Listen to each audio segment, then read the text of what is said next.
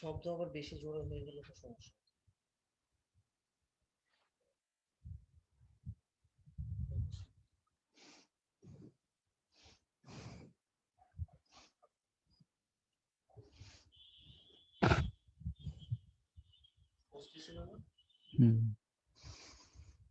আসসালামু আলাইকুম।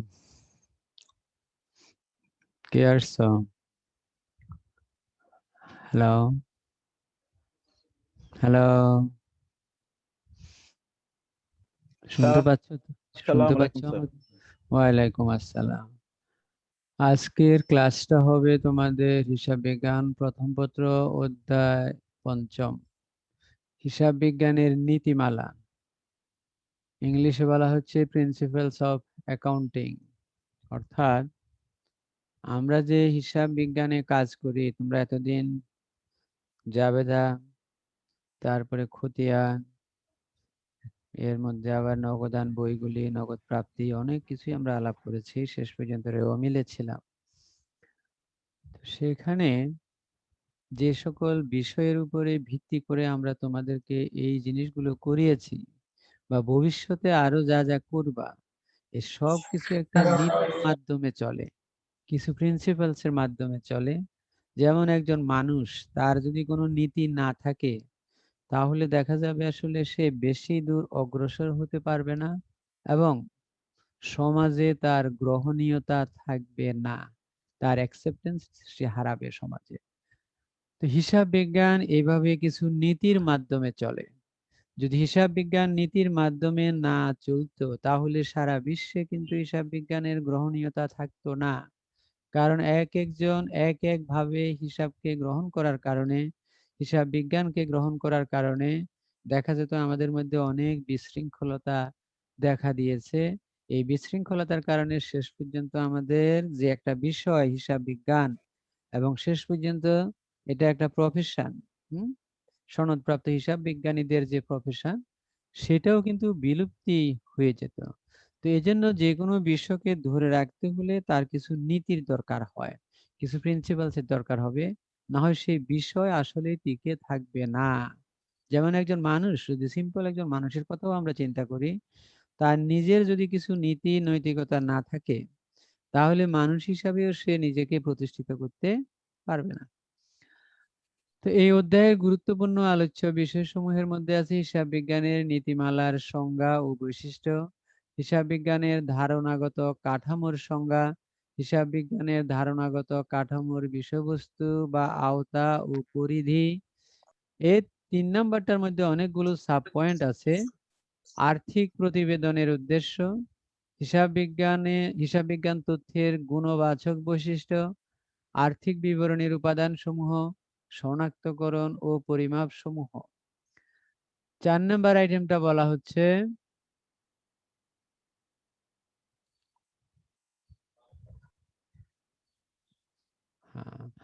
সার্বজনীন স্বীকৃত হিসাব বিজ্ঞানের নীতিমালার সংজ্ঞা ও শ্রেণী বিভাগ।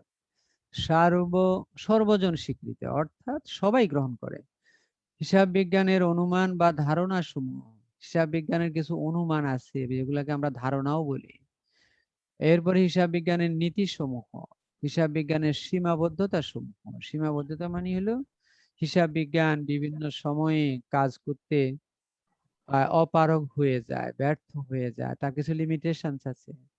হিসাব বিজ্ঞানের নীতিমালা প্রণয়নকারী প্রতিষ্ঠান সমূহ বা পক্ষ সমূহ, হিসাব বিজ্ঞানের নীতিমালা যারা প্রণয়ন করে কিছু প্রতিষ্ঠান আছে।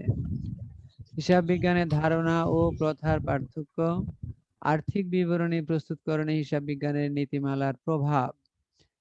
তো প্রথমটা হলো হিসাব বিজ্ঞানের নীতিমালার সংজ্ঞা ও বৈশিষ্ট্য। হিসাব বিজ্ঞানের নীতিমালার সংজ্ঞাতে বলা হচ্ছে হিসাব বিজ্ঞানের কাঠামোবদ্ধ কার্যাবলী সুষ্ঠুভাবে সম্পাদনের জন্য হিসাব বিজ্ঞানীগণ কতগুলো নিয়ম নীতি ও আচরণবিধি মেনে চলে থাকেন। হিসাব প্রক্রিয়ায় ব্যবহৃত এই সকল নিয়ম নীতি ও আচরণ বিধিকে হিসাব বিজ্ঞানের নীতি বলা হয়। অর্থাৎ হিসাব সংক্রান্ত কাজ পরিচালনা বা সম্পাদনে সকলের নিকট গ্রহণযোগ্য সাধারণ নিয়ম বা নির্ধারিত ভিত্তিকে হিসাব বিজ্ঞানের নীতি বলা হয়। তাহলে যেগুলো আমরা সবাই গ্রহণ করি, যেমন আমি একটা নীতির কথা বলি। তোমরা যে আর্থিক বিবরণী, যা ক্লাস 9-10 যাদের কমার্সে ছিলা, সেখানে সমাপনী মজুদ মূল্যায়নের ক্ষেত্রে আমরা একটা নীতি ফলো করি। সেই নীতিটা হলো রক্ষণশীলতার নীতি। আর রক্ষণশীলতার নীতির মূল বক্তব্য হলো যে anticipated no profit but provided for all probable losses, অথবা সমাপনী মজুদের ক্ষেত্রে আমরা বলে থাকি ক্রয় মূল্য এবং বাজার মূল্য এই দুইটির মধ্যে যেটি কম সেটিকেই গ্রহণ করা হবে। তাহলে এই যে একটা নীতি, এটাকে বলা হয় কনজারভেটিজম। এইভাবে মনে করো আমাদের অনেকগুলো নীতি আছে, যেমন আছে চলমান ব্যবসা প্রতিষ্ঠান নীতি আছে, এইভাবে আরো বহু নীতি আছে। অর্থাৎ আমরা যখনই কোনো কথা বলি সেটা কিন্তু কোনো না কোনো নীতির আলোকে বলি। যেমন আমরা তোমাদের যে শিরোনাম লিখি, মনে করো লিখলাম রহিম ট্রেডার্স, এটাও কিন্তু একটা নীতি আছে আমাদের, সেটা হলো এন্টাইটেল কনসেপ্ট, সত্তা সম্পর্কিত ধারণা। তো এই যে নীতিগুলো আমাদেরকে মেনে চলতে হচ্ছে, এটাকে বলা হচ্ছে হিসাব বিজ্ঞানের নীতিমালা।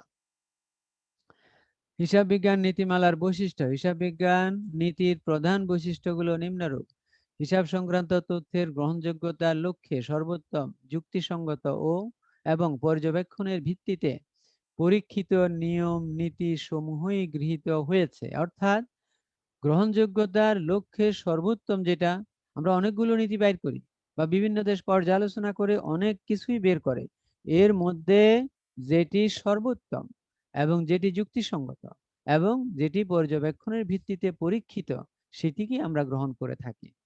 হিসাব সংক্রান্ত কৌশল সর্বদাই পরিবর্তনশীল, তাই হিসাব বিজ্ঞান নীতিগুলোকে কখনো চূড়ান্ত পর্যায়ের সর্বশেষ কৌশল বলা যায় না। হিসাব বিজ্ঞানে যে সকল আমাদের কৌশল আছে, যে সকল নীতি আছে, এটা কিন্তু অন্যান্য বিজ্ঞানের মতো একেবারে চিরন্তন সত্য নয়। অর্থাৎ এগুলি বিভিন্ন সময় আবার কৌশল বদলায়, বিভিন্ন সময় রূপ পরিবর্তন করে। যেমন তোমাদেরকে আমরা বলি, যেমন আসবাবপত্র, এটা কারো ক্ষেত্রে সম্পদ, কারো ক্ষেত্রে পণ্য। যে ব্যবসা করে তার ক্ষেত্রে পণ্য, আর যে ব্যবহারের জন্য কিনেছে তার জন্য সম্পদ। তাহলে এখন আসবাবপত্র হিসাব, এটা আমরা তখন হিসাব বলি যখন সম্পদ, আর যখন আসবাবপত্রকে আমরা ক্রয় হিসাব নামে লিখব, তখন এটা হয়ে যাবে পণ্য। এরপরে বলা হচ্ছে সরকারি প্রতিষ্ঠান বা অন্যান্য প্রতিষ্ঠানের ক্ষেত্রে ব্যবসায়ের ধরন বা প্রচলিত প্রথা বা রীতি দ্বারা হিসাব বিজ্ঞান নীতিগুলো প্রভাবিত হয়। সরকারি প্রতিষ্ঠান বা অন্যান্য প্রতিষ্ঠানের ক্ষেত্রে ব্যবসায়ের ধরন বা প্রচলিত প্রথা বা রীতি দ্বারা হিসাব বিজ্ঞান নীতিগুলো, অর্থাৎ আমাদের যে নীতিগুলো আছে সেগুলি বিভিন্ন দেশের আচার আচরণ, সরকারি ব্যবস্থা, সরকারের বিভিন্ন নিয়ম কানুন, এই সকল দ্বারাই কিন্তু আমরা প্রভাবিত হই। আমরা সবসময় আমাদের হিসাব বিজ্ঞানের নীতির দ্বারাই চলতে পারি না। এই নীতিগুলি রাষ্ট্রের বিভিন্ন আইনের মাধ্যমেও প্রভাবিত হয়। হিসাব বিজ্ঞানের ধারণাগত কাঠামোর সংজ্ঞা। হিসাব বিজ্ঞানের ভিত্তিগত ধারণা সমূহকে হিসাব বিজ্ঞানের ধারণাগত কাঠামো বলা হয়। হিসাব বিজ্ঞানের ভিত্তি, যেটা বেস, এ ধারণা সমূহকে হিসাব বিজ্ঞানের ধারণাগত কাঠামো বলা হয়। অন্যভাবে বলা যায় যে আর্থিক প্রতিবেদন সমূহ প্রস্তুতের উদ্দেশ্যে সারা বিশ্বে সর্বজনীন ভাবে স্বীকৃত সমরূপী তত্ত্বগত ও ব্যবহারিক নীতিমালা প্রয়োগের নির্দেশনামূলক ভিত্তিকে হিসাব বিজ্ঞানের ধারণাগত কাঠামো বলা হয়। অর্থাৎ এখানে বলা হচ্ছে আর্থিক প্রতিবেদন সমূহ প্রস্তুতের উদ্দেশ্যে, আর্থিক প্রতিবেদনের কিন্তু 5টা অংশ আছে। এই 5টা অংশের একটা হলো বিশদ বিবরণী, আরেকটা হলো তোমার মালিকানা সত্ত্বের বিবরণী, আরেকটা হলো আর্থিক অবস্থার বিবরণী, আরেকটা হলো সংরক্ষিত আয় বিবরণী, আরেকটা হলো নগদ প্রবাহ বিবরণী। এই 5টিকে আমরা একত্রে বলি আর্থিক প্রতিবেদন সমূহ প্রস্তুতির উদ্দেশ্যে সারা বিশ্বে সার্বজনীনভাবে স্বীকৃত সমরূপী তত্ত্বগত ও ব্যবহারিক। এই জিনিসগুলো সারা বিশ্বে সমরূপ হইতে হবে, সমানভাবে গৃহীত হইতে হবে, সমানভাবে প্রয়োগ হইতে হবে, তাহলে সেগুলোকে আমরা ধারণাগত কাঠামো বলি।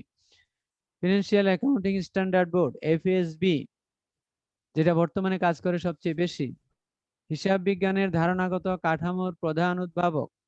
হিসাব বিজ্ঞানের ধারণাগত কাঠামো প্রণয়নের উদ্দেশ্যে 1973 সালে একটি বিশেষায়িত প্রতিষ্ঠান হিসাবে এফএএসবি প্রতিষ্ঠা করা হয়। অর্থাৎ আমাদের যে তত্ত্ব, নীতি, ধারণা, এই সবগুলি এফএএসবি, ফিনান্সিয়াল অ্যাকাউন্টিং স্ট্যান্ডার্ড বোর্ড, এদের দ্বারা প্রণীত হয়, এদের দ্বারা নিয়ন্ত্রিত হয় এবং এটা প্রতিষ্ঠিত হয়েছে 1973 সালে।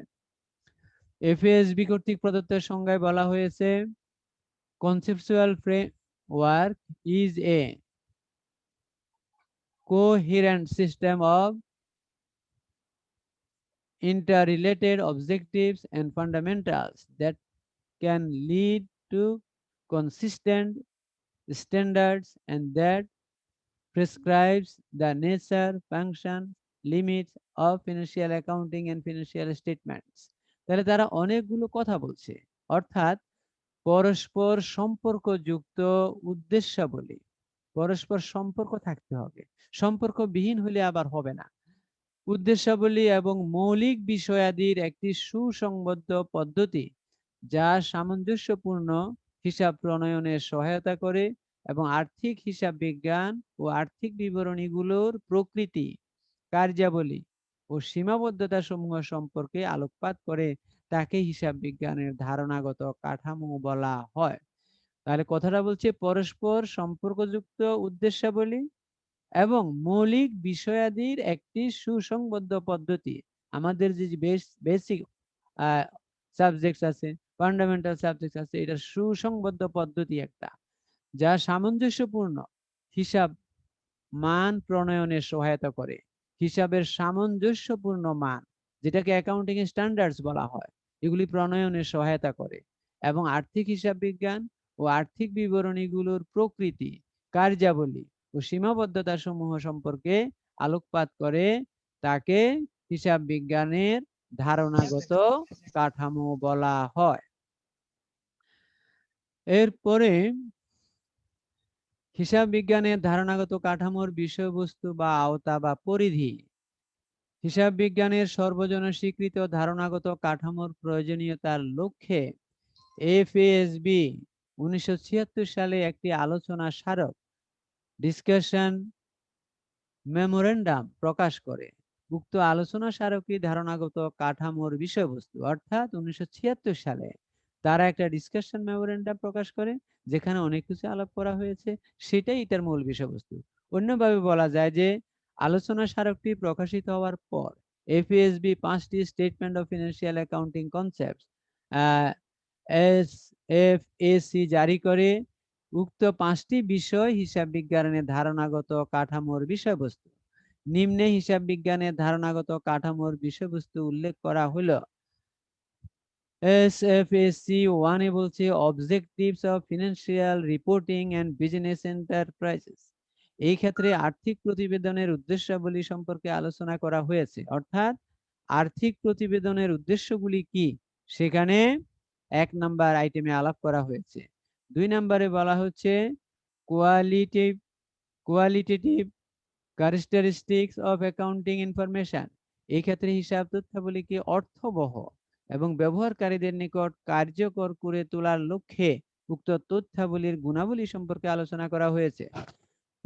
অর্থাৎ আমরা যে তথ্যগুলি আছে, এই তথ্যগুলি যারা ব্যবহার করবে তাদের নিকট কার্যকর হইতে হবে এবং এই তথ্যগুলি গুণ সম্পন্ন হইতে হবে, মান সম্পন্ন হইতে হবে।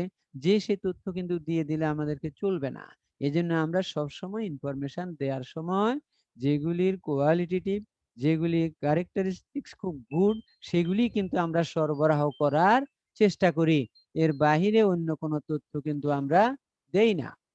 এজন্য হিসাব বিজ্ঞানকে আধুনিক যুগে বলা হচ্ছে অ্যাকাউন্টিং ইনফরমেশন সিস্টেম। এরপর 3 নম্বরে বলা হচ্ছে elements of financial statement of business enterprises. এই ক্ষেত্রে আর্থিক বিবরণীর উপাদান সমূহ সম্পর্কে আলোচনা করা হয়েছে। এখানে আর্থিক বিবরণীর যে উপাদানগুলি, এলিমেন্টস গুলি, সেগুলি সম্পর্কে আলাপ করা হয়েছে, যেমন assets, liabilities, revenues and expenses. কয়েকটা আইটেম বলছে। আমরা অ্যাসেটস বলতে কি বুঝি একটু হয়তো সংক্ষেপে আলাপ করে নিই। সেটা হলো যেমন যেগুলি ব্যবহার করে আমরা সুবিধা অর্জন করি, যেগুলি ব্যবহারের মাধ্যমে আমি মুনাফা অর্জনের সাহায্য পাই, সেগুলোকে আমরা অ্যাসেট বলি। আর লায়াবিলিটিস মানে কি, আমাদের প্রতিষ্ঠান যে সকল ঘটনার কারণে অন্য ব্যক্তি বা প্রতিষ্ঠানের নিকট দায়ী থাকে, সেগুলোই আমাদের লায়াবিলিটি। আর রেভিনিউজ মানে ইনকাম, আয়। আর এক্সপেন্সেস মানে আয় তো হবে না করলে শুধু আয়ের পেছনে ব্যয়ও থাকতে হবে, ব্যয়ও করতে হবে। সেই জিনিসটাকে আমরা এক্সপেন্সেস বলি। তাহলে বলা হচ্ছে এই জিনিসগুলি সম্পর্কে আমাদেরকে একটু ভালো ধারণা রাখতে হবে। এরপরে 4 নম্বরে বলা হচ্ছে objectives of financial reporting by non business organisation. এই ক্ষেত্রে অব্যবসায়ী প্রতিষ্ঠানের আর্থিক বিবরণীর উদ্দেশ্য সম্পর্কে আলোচনা করা হয়েছে। Objectives of financial reporting of non business organisation. আমরা শুধু ব্যবসা প্রতিষ্ঠানের হিসাব রাখি না, কিছু নন বিজনেস অর্গানাইজেশনকে আমরা অনেক সময় অব্যবসায়ী প্রতিষ্ঠানও বলি। যেমন মনে করো দেশের শিক্ষা প্রতিষ্ঠানগুলি, এগুলা কিন্তু অব্যবসায়ী প্রতিষ্ঠান। তো আমরা যখন অব্যবসায়ী প্রতিষ্ঠান বলি শিক্ষা প্রতিষ্ঠানকে, তোমাদের মধ্যে বা আমাদের জনগণের মধ্যে মাঝে মধ্যে একটু ভিন্ন মত সৃষ্টি হয় যে এরা তো টাকা নেয় তারপরেও বলে অব্যবসায়ী প্রতিষ্ঠান। টাকা নেয়ার সাথে ব্যবসায়ী অব্যবসায়ী নেয়, টাকাটা হলো আর্থিক বিষয়। যে কোনো প্রতিষ্ঠানের অর্থনৈতিক কার্যকলাপ আছে, চালাইতে হবে, সেই জন্য কিন্তু টাকার দরকার হবে, কিন্তু মোটিভটা কি? যেমন একটা শিক্ষা প্রতিষ্ঠান, তার মোটিভ কিন্তু মুনাফা অর্জন করা না, তার মোটিভ হলো সমাজের বৃহত্তর কল্যাণ সাধন করা। তবে এই প্রতিষ্ঠানকে চালু রাখার জন্য কিছু অর্থ কিন্তু লাগবেই, সে অর্থই সংগ্রহ করা হয়। এখানে আমি এতজন স্টুডেন্ট পড়ালে এত টাকা মুনাফা করব, হ্যাঁ, এই অর্থে কিন্তু কখনোই আমাদের শিক্ষা প্রতিষ্ঠানগুলি পরিচালিত হয় না। আমাদের শিক্ষা প্রতিষ্ঠানগুলি পরিচালিত হয় সমাজের, রাষ্ট্রের, জনগণের বৃহত্তর কল্যাণ সাধনের জন্য। তবে সেখানে অর্থ লাগবে, কারণ মনে করো অর্থ ছাড়া যারা এই কল্যাণের কাজগুলো করবে তাদেরও তো কিছু খরচপাতি থাকে। এই জন্য আমরা অনেকেই যখন অব্যবসায়ী প্রতিষ্ঠান শিক্ষা প্রতিষ্ঠান বলি, অথবা মনে করো চিকিৎসা প্রতিষ্ঠান, এভাবে কিছু দাতব্য প্রতিষ্ঠান আছে, ক্লাব আছে, এই সবগুলো প্রতিষ্ঠানে কিন্তু সমাজের বৃহত্তর কল্যাণ সাধনের জন্য গঠিত হয়। কিন্তু এর মানে এই নয় এরা অনার্থিক প্রতিষ্ঠান, অর্থ এখানে থাকবে। তাহলে এই অনার্থিক প্রতিষ্ঠান বা অব্যবসায়ী প্রতিষ্ঠানের আর্থিক বিবরণের উদ্দেশ্য সম্পর্কেও আমাদের 4 নম্বর পয়েন্টে আলাপ করা হয়েছে। এরপরে বলা হচ্ছে 5, recognition and measurement of financial statement of business enterprises. এই ক্ষেত্রে ব্যবসায়ী প্রতিষ্ঠানের আর্থিক প্রতিবেদনগুলিতে কি ধরনের তথ্যসমূহ লিপিবদ্ধ করা হবে সেই সম্পর্কে রূপরেখা বর্ণনা করা হয়েছে। অর্থাৎ আর্থিক প্রতিষ্ঠানে আমরা কি ধরনের হিসাব রাখবো, কি কি তথ্য লিখবো, কোন নামে লিখবো। যেমন মনে করো আমি যদি বলি কাগজ কালি কলম ক্রয়, এটাকে বলা হয়েছে কাগজ কালি কলম হিসাবে লেখা যাবে না, এটা লিখতে হবে মনিহারি নামে, হ্যাঁ, অথবা লিখতে হবে এটাকে ইউটিলিটিস, হ্যাঁ, অথবা লিখতে হবে সাপ্লাইজ। এইভাবে কিছু নাম ব্যবহার করতে হবে। হ্যাঁ, যেমন মনে করো টেবিল চেয়ার ক্রয় করলা, তুমি টেবিল চেয়ার হিসাব কিন্তু বইয়ের কোথায় পাবা না, তোমাকে বলা হয়েছে আসবাবপত্র হিসাব লিখতে হবে। তুমি উৎপাদনের জন্য কিছু যন্ত্রপাতি কিনলা, হ্যাঁ, এটা কলকব্জা বা যন্ত্রপাতি হিসাবে লিখতে হবে। তাহলে এইভাবে ব্যবসায়ী প্রতিষ্ঠানগুলো কি ধরনের তথ্যসমূহ লিপিবদ্ধ করতে হবে সেই সম্পর্কে একটা রূপরেখা বর্ণনা করা হয়েছে। আরো বিভিন্ন বিষয় এখানে আলাপ করা হয়েছে। এরপরে হলো নাম্বার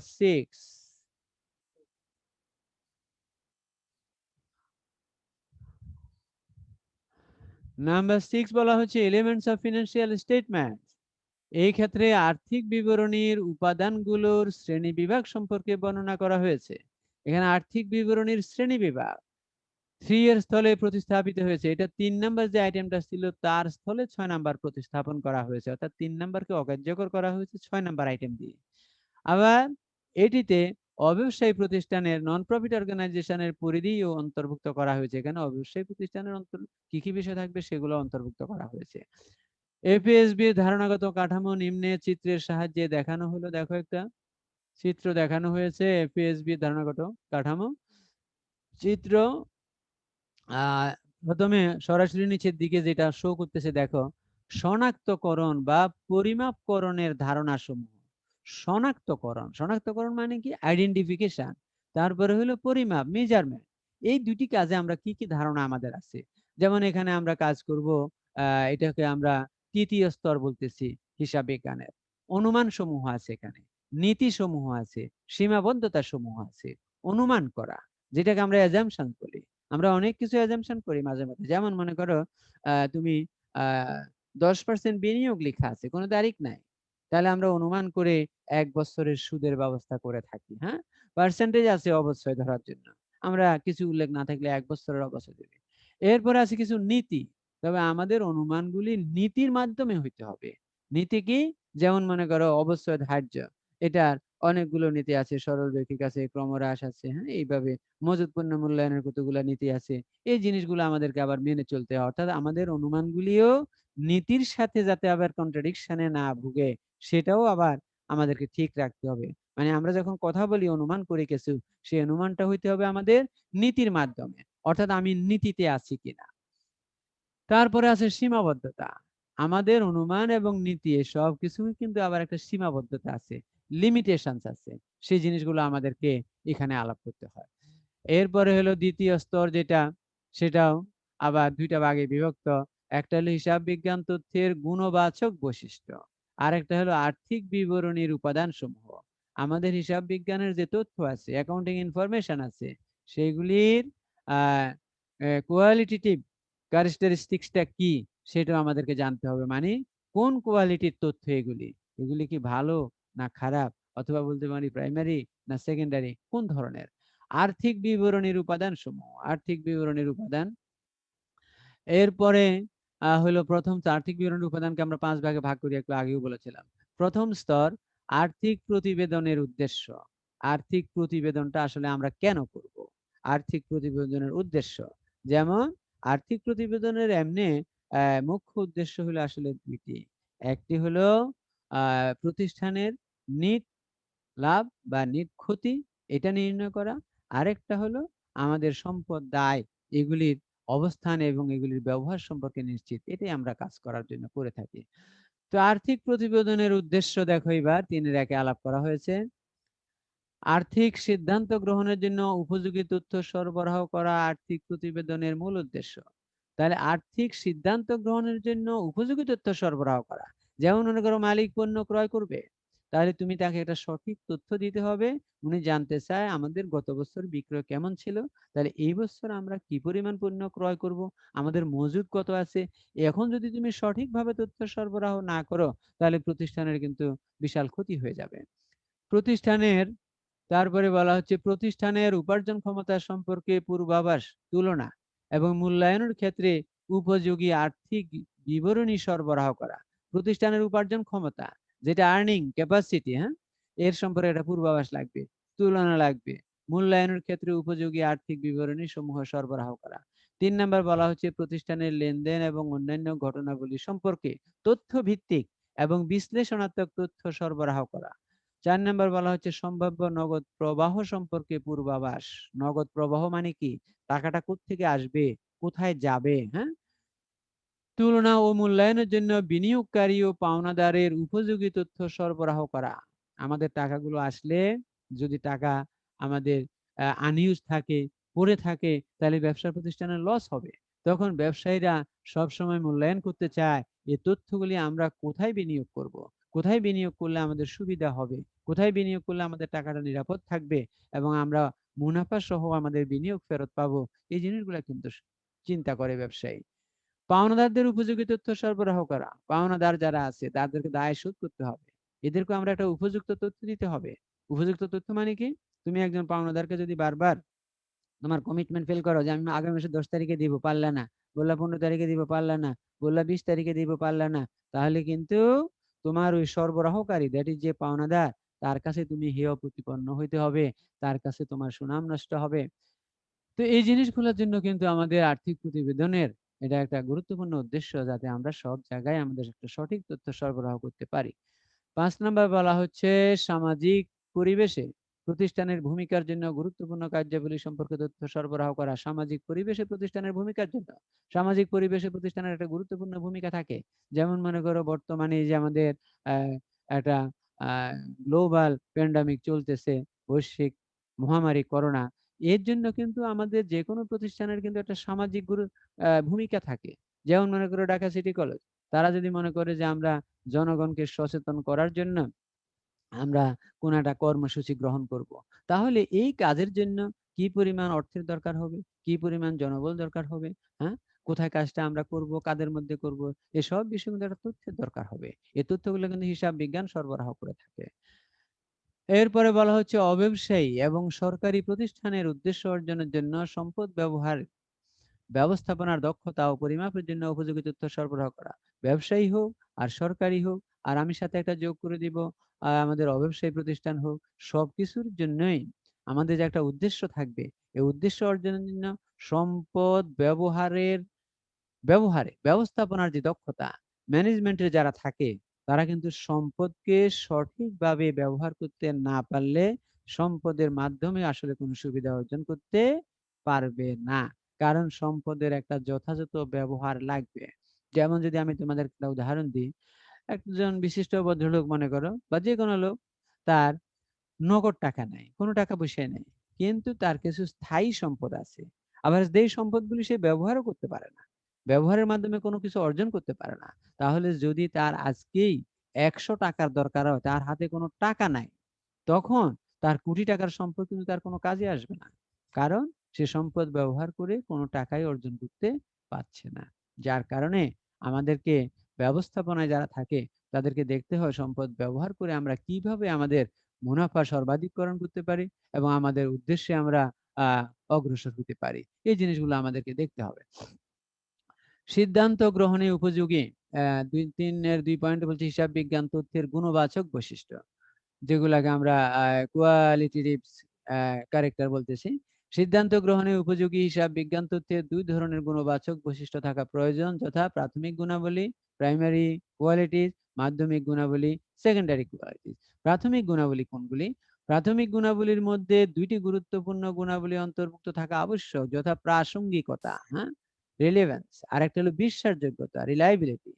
তাহলে প্রাথমিক গুণাবলীর মধ্যে একটা হলো প্রাসঙ্গিকতা, অর্থাৎ রিলেভেন্স হইতে হবে।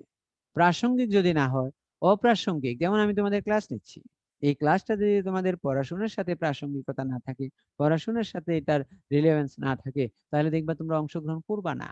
কারণ অপ্রাসঙ্গিক বিষয় আলোচনা শোনার জন্য তোমরা এত কষ্ট করে বসে না এখানে। তোমরা বসছো কিছু প্রাসঙ্গিক বিষয় আলাপ করবে, হিসাব বিজ্ঞান সম্পর্কিত তথ্য আলাপ করা হবে, যেটা তোমার বাস্তব জীবনে কাজে লাগবে। বিশ্বাসযোগ্যতা, রিলায়েবিলিটি, আমরা যে তথ্যগুলো সরবরাহ করব, এগুলির উপরে ছাত্রছাত্রীদের যেমন তোমাদের একটা বিশ্বাসযোগ্যতা থাকতে হবে। এভাবে যদি আমরা হিসাব বিজ্ঞানের কোনো তথ্য কোথাও সরবরাহ করি, যাদের উদ্দেশ্যে আমরা সরবরাহ করব, তাদের মধ্যে রিলায়েবিলিটি থাকতে হবে, বিশ্বাসযোগ্যতা থাকতে হবে। আর এই বিশ্বাসযোগ্যতার উপরে ডিপেন্ড করে যখন সে কোনো সিদ্ধান্ত গ্রহণ করবে, তখন সেই সিদ্ধান্তে যদি ফলপ্রসূ হয়, তখন এই বিশ্বাসযোগ্যতা আরো বেড়ে যাবে। যেমন মনে করো আমরা অনেক সময় অনেক কথাবার্তা বলি, কিন্তু এগুলো রিলায়েবিলিটি নাই। কারণ এগুলি বাস্তবে প্রয়োগ করে যদি আমরা কোনো সুবিধা গ্রহণ করতে না পারি, তাহলে আসলে রিলায়েবিলিটি থাকবে না। এজন্য আমাদের প্রত্যেকটা লোককে একেবারে, আমি বলবো নিচু স্তর থেকে শুরু করে উচ্চ স্তর, মধ্যস্তর, যত স্তর আছে, প্রত্যেকটা লোককে এমন তথ্য, এমন কথাবার্তা বলা উচিত, যাতে জনগণের বিশ্বাসযোগ্যতা বা ব্যবহারকারীগণের বিশ্বাসযোগ্যতা বা ভোক্তাদের বিশ্বাসযোগ্যতা বৃদ্ধি পায়। কতে বলা হচ্ছে প্রাসঙ্গিকতা। তথ্য প্রাসঙ্গিক হতে হলে এর 3টি বৈশিষ্ট্য থাকা প্রয়োজন। আবার একটা হলো পূর্বাভাস মূল্য, হ্যাঁ, প্রেডিক্টিভ ভ্যালু থাকতে হবে, ফলাবর্তন মূল্য ফিডব্যাক ভ্যালু থাকতে হবে, তারপরে সময় উপযোগিতা থাকতে হবে, টাইম লাইননেস থাকতে হবে। এই 3টা হলো প্রাসঙ্গিকতার, অর্থাৎ রিলেভেন্সির আবার 3টা জিনিস থাকতে হবে। একটা হলো পূর্বাভাস মূল্য থাকতে হবে, একটা হলো ফলাবর্তন মূল্য থাকতে হবে, একটা হলো সময় উপযোগিতা থাকতে হবে। আর বিশ্বাসযোগ্যতা, রিলায়েবিলিটি যেটা, তথ্য বিশ্বাসযোগ্য হতে হলে এরও 3টি বৈশিষ্ট্য থাকার প্রয়োজন। একটা হলো যাচাই যোগ্যতা, হ্যাঁ, ভেরিফায়াবিলিটি, যাচাই যোগ্যতা। তুমি একটা তথ্য দিলা, এটা যাচাই করার কোনো সুযোগ নাই, তার আসলে কোনো দাম নাই। যেমন আমরা অনেক সময় অনেক কথাবার্তা বলি, যেগুলি আসলে কেউ যাচাইও করতে যায় না, আর যাচাই যোগ্যও না, তাহলে এই কথা বলার আসলে কোনো যুক্তি নাই। নিরপেক্ষতা, হ্যাঁ, নিউট্রালিটি। আমি বিশ্বাসযোগ্যতা বাড়াতে হলে অবশ্যই আমার তথ্যের মধ্যে নিরপেক্ষতা থাকতে হবে। আমি পক্ষপাতহীন ভাবে কথা বলতে হবে, তাহলে আমার বিশ্বাসযোগ্যতা বাড়বে। উপস্থাপনায় বিশ্বাসযোগ্যতা, হ্যাঁ, তাহলে আমার উপস্থাপনায়ও বিশ্বাসযোগ্য হতে হবে।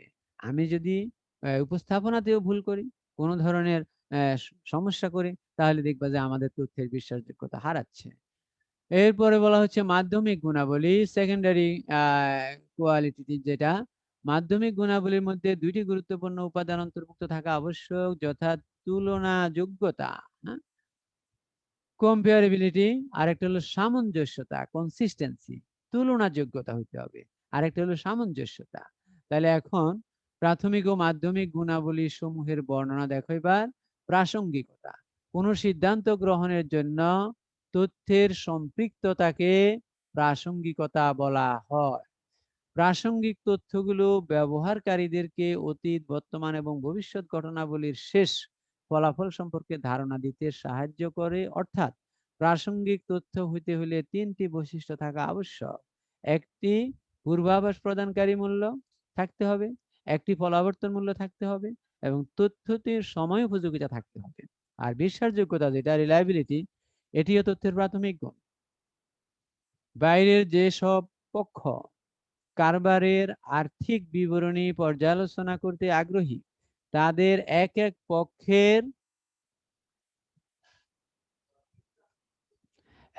পক্ষের প্রয়োজন এক এক ধরনের, আবার হিসাব বিজ্ঞানের উপর তাদের প্রয়োজনীয় গভীর জ্ঞানও থাকে না এবং আর্থিক বিবরণী অনুশীলন ও পর্যবেক্ষণ করার মতো তেমন সময় হাতে থাকে না। এই ধরনের ব্যবহারকারীদেরকে হিসাব তথ্যের উপর নির্ভর করতে হয়। হিসাব তথ্য নির্ভরযোগ্য হতে হলে তিনটি বৈশিষ্ট্য থাকা প্রয়োজন। অর্থাৎ যারা ব্যবহার করবে তাদের নিজস্ব কিছু সুবিধা অসুবিধা থাকে, এই সুবিধা অসুবিধাগুলি কাটিয়েও যারা যেন আমাদের হিসাব বিজ্ঞানের তথ্যগুলি পেয়ে উপকৃত হতে পারে সেই ব্যবস্থা করাটাই আমাদের দরকার। ১ নম্বরে বলা হচ্ছে যাচাই যোগ্যতা, তারপর ২ নাম্বার বলা হচ্ছে নিরপেক্ষতা, উপস্থাপনের বিশ্বাসযোগ্যতা, যেটা আমরা পূর্বে আলাপ করেছি। ২ এর ক তুলনাযোগ্যতা, হিসাব বিজ্ঞান তথ্য আদর্শ মানের হতে হইলে উহা তুলনাযোগ্য হওয়া বাঞ্ছনীয়। একই ধরনের অন্য কোম্পানির সাথে সাদৃশ্যপূর্ণ তথ্যের বিবরণী তুলনা সাপেক্ষে হইতে হবে। অর্থাৎ একই ভিত্তি ও একই হিসাব পদ্ধতি অনুসরণ করে আর্থিক বিবরণী রচিত হওয়া উচিত। অর্থাৎ দুইটি প্রতিষ্ঠানের মধ্যে তুলনা করতে হবে, তুলনার সুযোগ থাকতে হবে। এই জন্য আমাদের হিসাব বিজ্ঞানের তথ্যগুলি সব প্রতিষ্ঠানে একই রকম ভাবে ব্যবহার করতে হবে বা একই রকম ভাবে উপস্থাপন করতে হবে, এই কথাটাই বলা হচ্ছে। সামঞ্জস্যতা, কনসিস্টেন্সি, একই সংস্থা বা কোম্পানির পূর্বতন তথ্য বা বিবরণীর সাথে সঙ্গতি রেখেই আর্থিক বিবরণী প্রস্তুত করা আবশ্যক। অর্থাৎ পূর্বে আমি যেভাবে আর্থিক বিবরণী তৈরি করেছি, যে তথ্যগুলি ব্যবহার করেছি, যেভাবে ব্যবহার করেছি, বর্তমান আর্থিক বিবরণীও সেইভাবে এবং সেই তথ্যগুলির মাধ্যমেই ব্যবহার করা উচিত। যেমন কিরকম আমি একটা বলি তোমাদেরকে, যেমন আমাদের অবশ্যই সরল, রৈখিক এবং ক্রমহ্রাস দুইটা পদ্ধতি আছে। এখন যদি কোনো প্রতিষ্ঠান প্রথম অবস্থায় এই তো ৭-৮ মিনিট, প্রথম অবস্থায় মনে করো সরল রৈখিক পদ্ধতি ব্যবহার করেছে, পরবর্তীতে আবার ক্রমহ্রাসে চলে গেল, তাহলে এই দুই পদ্ধতির অবস্থার মধ্যে কিন্তু আমি সামঞ্জস্যতার অভাবে তুলনাও করতে পারবো না, কারণ দুইটা পদ্ধতি ভিন্ন হয়ে গেছে। ৩ বলতেছে আর্থিক বিবরণীর উপাদান সমূহ। হিসাব বিজ্ঞানের ধারণাগত কাঠামোতে আর্থিক বিবরণীর উপাদান সমূহতে মোট 10টি বিষয়ে অন্তর্ভুক্ত করা হয়, যথা সম্পদ, অ্যাসেটস, তোমরা বুঝোই অ্যাসেটস কাকে বলে, দায়, লায়াবিলিটি, মালিকানা সত্ত্ব, ওনার সিকিউরিটি, মালিক কর্তৃক বিনিয়োগ। হ্যাঁ, ওনার সিকিউরিটির একটা অংশ কিন্তু মালিক কর্তৃক বিনিয়োগ, অর্থাৎ যেটা মালিক তার ওন ফান্ড থেকে, নিজস্ব তহবিল থেকে সরবরাহ করে। মালিকের প্রতি বন্টন, ডিস্ট্রিবিউশন টু ওনার, ডিস্ট্রিবিউশন টু ওনার্স মানে হলো প্রফিট, সামগ্রিক আয়, তারপরে বলা হচ্ছে রাজস্ব আয়, তারপরে খরচ, তারপরে লাভ যেটা গেইনস বা প্রফিট, আর লোকসান যেটা লসেস। এই 10টি আইটেমের সাথেই আমরা সবচেয়ে বেশি জড়িত হয়ে থাকি। এই 10টি উপাদান দিয়ে কিন্তু আমরা আমাদের কাজগুলো করে থাকি। এরপরে বলা হচ্ছে আর্থিক বিবরণী উপাদান সমূহের বর্ণনা। সম্পদ বলতে আমরা কি বুঝি এখানে বলানো হয়েছে দেখো। অতীত ঘটনার ফলশ্রুতিতে প্রতিষ্ঠানের নিয়ন্ত্রণাধীন পরিসম্পদকে সম্পদ বলা হয়। সম্পদ থেকে প্রতিষ্ঠান ভবিষ্যতে অর্থনৈতিক সুবিধা লাভের আশা করতে পারে। দুইটি শর্ত পূরণ সাপেক্ষে সম্পদকে উদ্বৃত্তপত্রে স্বীকৃতি প্রদান করা হয়। উক্ত সম্পদ হইতে প্রতিষ্ঠানের ভবিষ্যতে অর্থনৈতিক সুবিধা লাভের সম্ভাবনা থাকবে। সম্পদের একটি ব্যয় বা মূল্য থাকবে যা নির্ভরযোগ্যভাবে পরিমাপ করা যাবে। এই দুইটি জিনিস থাকতে হবে। দায়, প্রতিষ্ঠানের অতীত ঘটনার বর্তমান দায়িত্ব বা অঙ্গীকারকে দায় বলে। দায় পরিশোধের ফলে প্রতিষ্ঠানের অর্থনৈতিক উপকার সম্বলিত সম্পদের বহির্গমন ঘটনার সম্ভাবনা থাকে। দুইটি শর্ত পূরণ সাপেক্ষে দায়কে উদ্বৃত্তপত্রে স্বীকৃতি প্রদান করা হয়। বর্তমান দায় নিষ্পত্তির ফলে অর্থনৈতিক সুবিধা সম্বলিত সম্পদের বহির্গমন ঘটার সম্ভাবনা থাকে। ক্ষতে বলা হচ্ছে দায় নিষ্পত্তি করতে যে পরিমাণ অর্থের প্রয়োজন হয় তা নির্ভরযোগ্যভাবে পরিমাপ করা যাবে। মালিকানা সত্ত্বা, ওনার্স ইকুইটি। মোট সম্পদ হইতে বহির্দায় বাদ দেওয়ার পর অবশিষ্ট সম্পত্তিতে যে স্বার্থ নিহিত থাকে তাকে সত্তা বা ইকুইটি বলা হয়। সম্পত্তির পরিমাপ এবং বহির্দায়ের পরিমাপের উপর সত্তার পরিমাপ নির্ভর করে। কারবারের অর্জিত লাভের দ্বারা ইকুইটি বৃদ্ধি পায়, পক্ষান্তরে কারবারের ক্ষতির দ্বারা ইকুইটি হ্রাস পায়। মালিক কর্তৃক বিনিয়োগ। মালিক প্রদত্ত ব্যবসায়ের অতিরিক্ত মূলধনকে মালিক কর্তৃক বিনিয়োগ বলা হয়। মালিকি বিনিয়োগের ফলে একদিকে সত্তা বৃদ্ধি পায়, অন্যদিকে সম্পদ বৃদ্ধি পায় অথবা বহির্দায় হ্রাস পায়। প্রতিষ্ঠানের দায় রূপান্তরের মাধ্যমে, বোনাস শেয়ার ইস্যুর মাধ্যমে, নতুন শেয়ার ইস্যুর বিনিময়ে, নগদ বা অন্য সম্পদ বৃদ্ধির মাধ্যমে সত্তা বৃদ্ধি পায়। মালিকের প্রতি বন্টন। মালিকের প্রতি বন্টন। প্রতিষ্ঠানের নিকট মালিকের দায়কে মালিকের প্রতি বন্টন বলা হয়। মালিকের নিকট ব্যবসার সম্পত্তি হস্তান্তর করা, নগদ ও পণ্য উত্তোলন, উত্তোলনের সুদ ইত্যাদির মাধ্যমে মালিকের প্রতি বন্টন বৃদ্ধি পায় তথা সত্তা হ্রাস পায়। অগ্রিম আয়।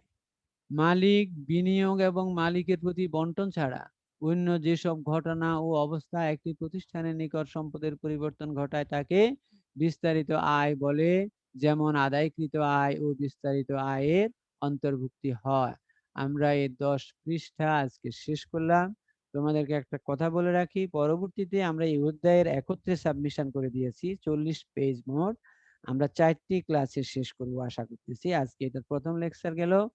আগামী দিন আমরা 11 নাম্বার পৃষ্ঠা থেকে আমাদের আলোচনা শুরু করব। তোমরা আমি ভুলে গেলে একটু স্মরণ করিয়ে দেবা। আজকের ক্লাস আমরা এখানেই শেষ করব। এটা সম্পূর্ণ থিওরিটিক্যাল ক্লাস। এখান থেকে তোমাদের এমসিকিউর কিছু প্রশ্ন আসতে পারে শুধুমাত্র।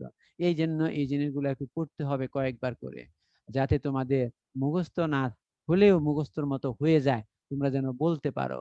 এই জিনিসটা একটু খেয়াল করতে হবে। তো আজকের ক্লাসটা এখানে শেষ করব। আল্লাহ হাফেজ। আসসালামু আলাইকুম। আসসালামু আলাইকুম। আসসালামু আলাইকুম স্যার।